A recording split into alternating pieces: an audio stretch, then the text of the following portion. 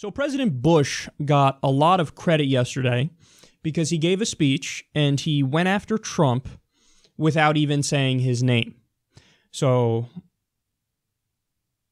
Democratic Twitter lost it and started saying things like he's our ally and he's reasonable and he's on our side now and oh, this is so brave and so courageous.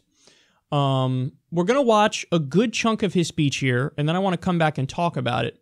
But what people focused on in the speech, the people who praised it, were a few little comments that he made here and there that, yes, were going after Trump without mentioning his name.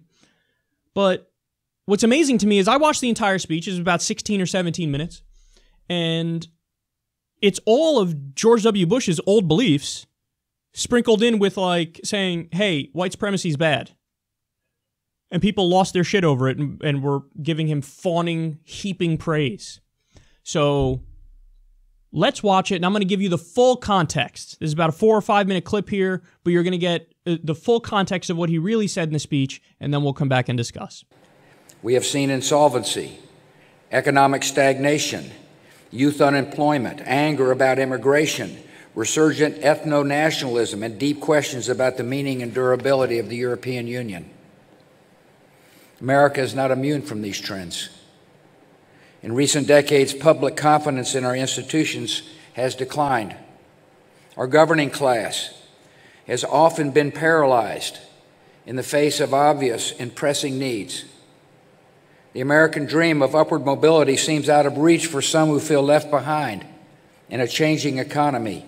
Discontent deepened and sharpened partisan conflicts. Bigotry seems emboldened.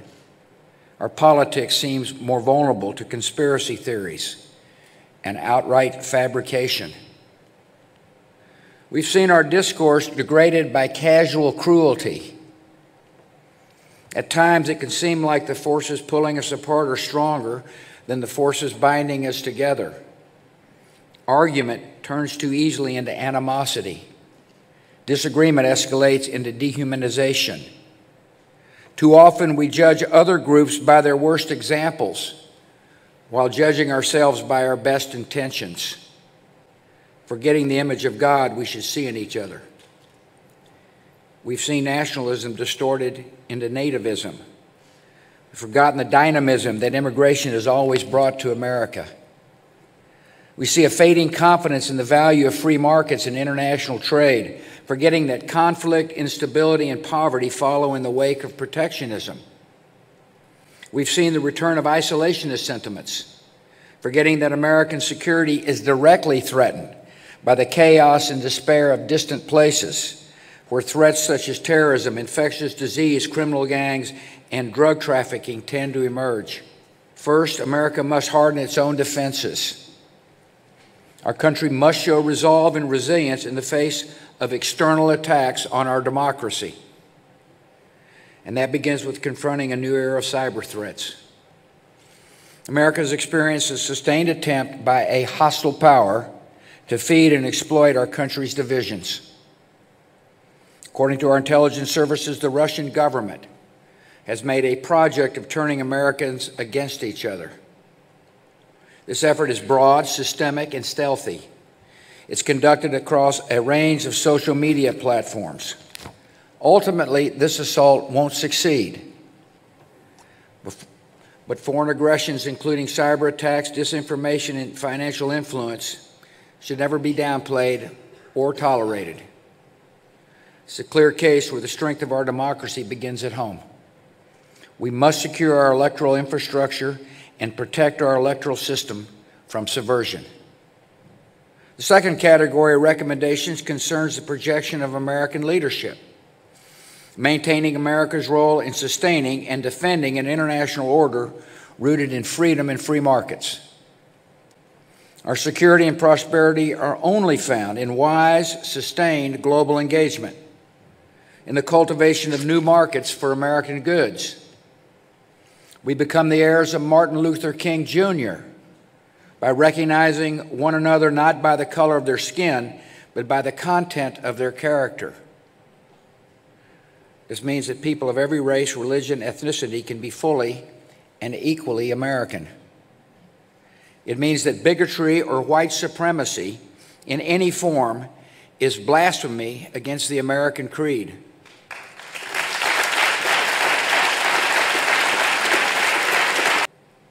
Bullying and prejudice in our public life sets a national tone, provides permission for cruelty and bigotry, and compromises the moral education of children. The only way to pass along civic values is to first live up to them. So there you have it.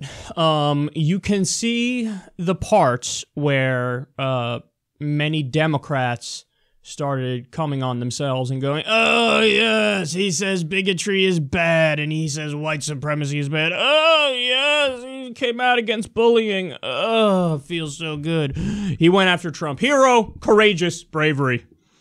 Now, understand, am I downplaying the fact that he said those things? No. I think it's good. I think it's good when anybody says specifically, hey, here are the evils I'm referring to, and these things need to stop.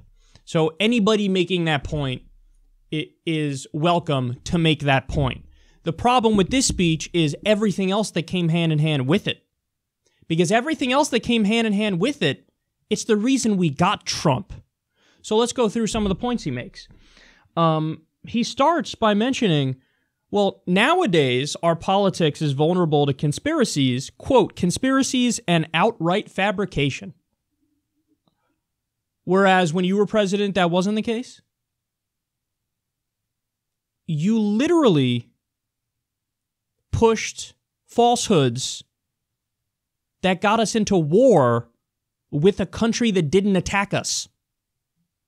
You said Saddam was responsible for 9/11. Turns out he wasn't. Turns out he wasn't working with Osama bin Laden. Then you said he had weapons of mass destruction. Turns out he didn't. And now you're going to go up there and have the nerve to say our politics is vulnerable to conspiracies and outright fabrication. And you're directing that at Trump. Now, is it true that politics under Trump is vulnerable to conspiracies and outright fabrications? Of course. He's buddy-buddy with Alex Jones. He lies about shit all the time, nonstop. But so did you. And you lied us into an offensive war against a country that didn't attack us. The UN said this is an illegal war. You cannot do it. You did it anyway. Minimum 200,000 people died in Iraq. Minimum 200,000 civilians. We're still there today. You started the war on terror. That got rid of due process. That got rid of habeas corpus. You did indefinite detention. Guantanamo Bay is still open. You opened it up. There's the NSA and the Patriot Act, which is now responsible for totally obliterating the Constitution. You don't have a protection from unreasonable search and seizure anymore. Are you kidding me? They're spying on everything you do. We live in a surveillance state. And you are going to go up there and you have the nerve to talk about conspiracies and outright fabrication when your administration's biggest failure was based on that. Then he goes on to talk about bullying. We got to be against bullying and bigotry. Remember when you, in the campaign, floated the rumor that John McCain fathered, quote, an illegitimate black baby. So they did this thing called push polling in the South, where they would call people. The Bush campaign would call people in the Carolinas and talk about it and ask this question: would you be more likely or less likely to vote for John McCain if you found out he fathered an illegitimate black child? The idea was to smear McCain using racism and bullying to try to get elected. How quickly people forget. The bar for reasonable and courageous has to be more than this person doesn't agree with Trump. Because Democrats are at the point now where if Charles Manson utters a bad word about Trump, they'll go, see, even Charles Manson. I don't give a fuck what Charles Manson says. I don't give a fuck what George Bush says. He is a war criminal. If one war criminal doesn't like another war criminal, that doesn't mean the other war criminal is suddenly good.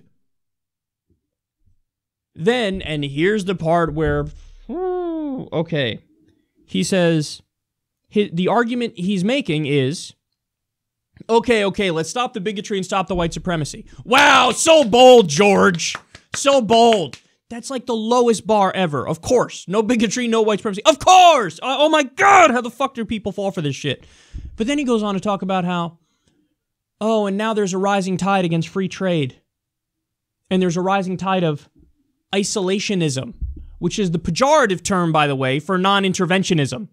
So in other words, he's smearing the idea of us not going to offensive wars and having 900 military bases around the world that cost $100 billion a year to maintain as our infrastructure fucking crumbles. He's smearing that. He's saying, oh, there's a rising tide of anti-free trade sentiment. People want to do protectionism. Oh, protectionism's so bad. You know what that means, right? What he's saying is, hey, I still love NAFTA, even though it absolutely crushed the American middle class. I'm in favor of the TPP. That's what this means. I'm in favor of continuing to outsource good American jobs. I'm in favor of continuing to crush American manufacturing.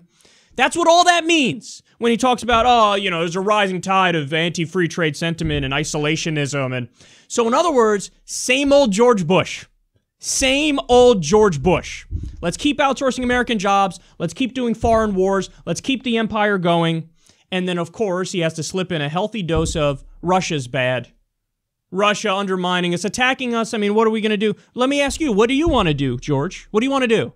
It's the same thing I always ask anybody who buys in and goes right down the slide of the Russia conspiracy. With them, you know, they used Pokemon Go to sway the election. They got black YouTubers that had 260 subscribers to say mean things about Hillary. So what's your solution, George? What's your solution? We already have sanctions on Russia out the wazoo. Countless sanctions on them. What's the only next step? What's the next step? What is there left to do? Do you want another war? Is that what you want? Is that what you want? I'm asking you. I don't know. I'm asking you. Because we've already sanctioned them out. So then what's left? I don't know, let's keep Russia divided us. Right, because we weren't fucking divided before, you know, Russia spent a couple $100,000 in Facebook ads. And somehow foreign money, oh God, that affects our election and it makes it so that people are beholden to the foreign governments. But when Goldman Sachs spends money in our system and when Wall Street does it and when the big banks do it, no, that's totally fine. That's totally reasonable. Me and my Republican buddies and the corporate Democrats, we're totally cool.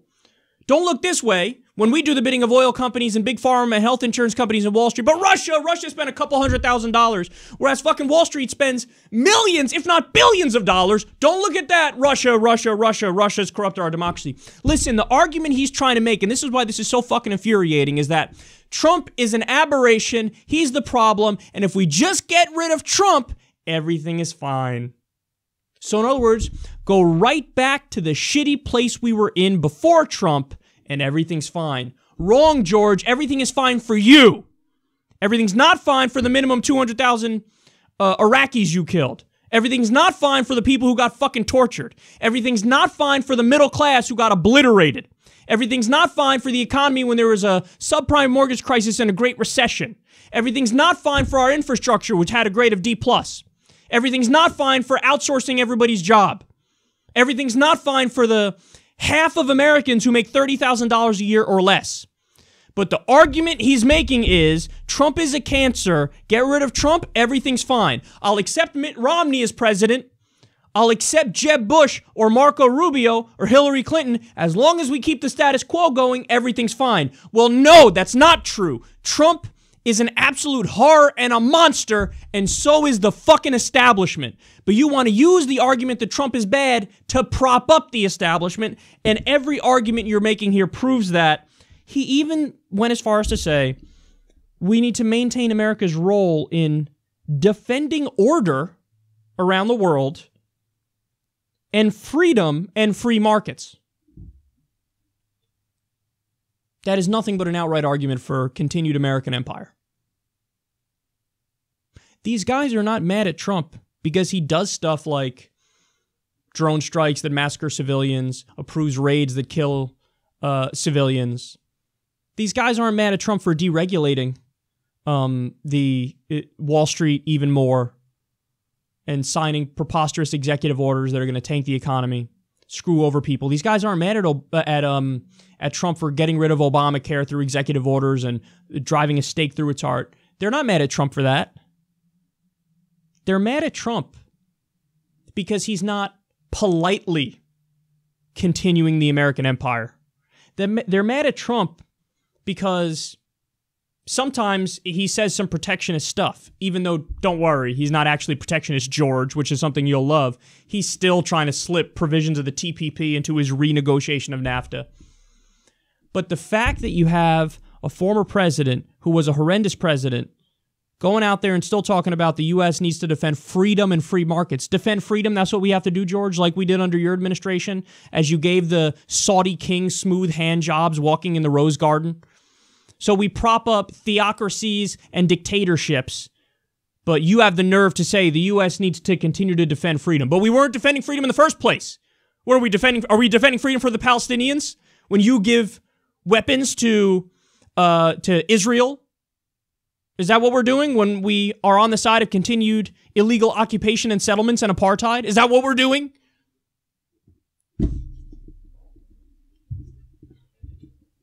There's nothing brave about this. There's nothing courageous about this.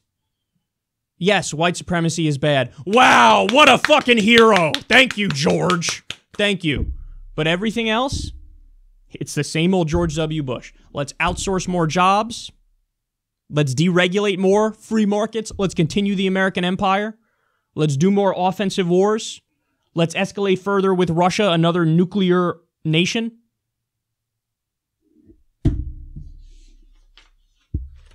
It's pure hackdom to listen to that and think, oh man, he's so good. He's good now. He's part of the resistance.